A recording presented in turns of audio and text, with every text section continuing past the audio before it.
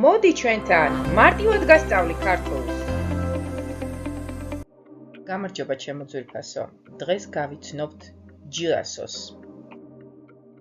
ჯილასო იწერება სამ უჯრაში.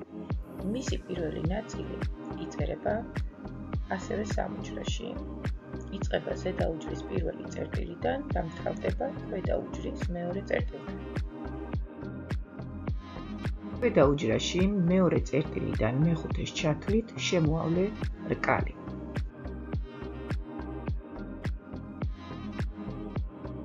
შუა უჯრაში ნიმუშის მიხედვით შეერთე მეექვსე და მეშვიდე წერტილები ერთმანეთთან.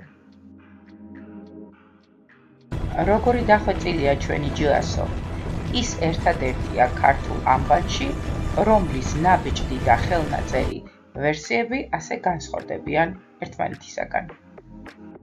გაინტერესებს მსგავსი ვიდეოები? მაშინ დააჭირე ღილაკს ხელი ახლავე და გამოიწერე ჩემი YouTube არხი.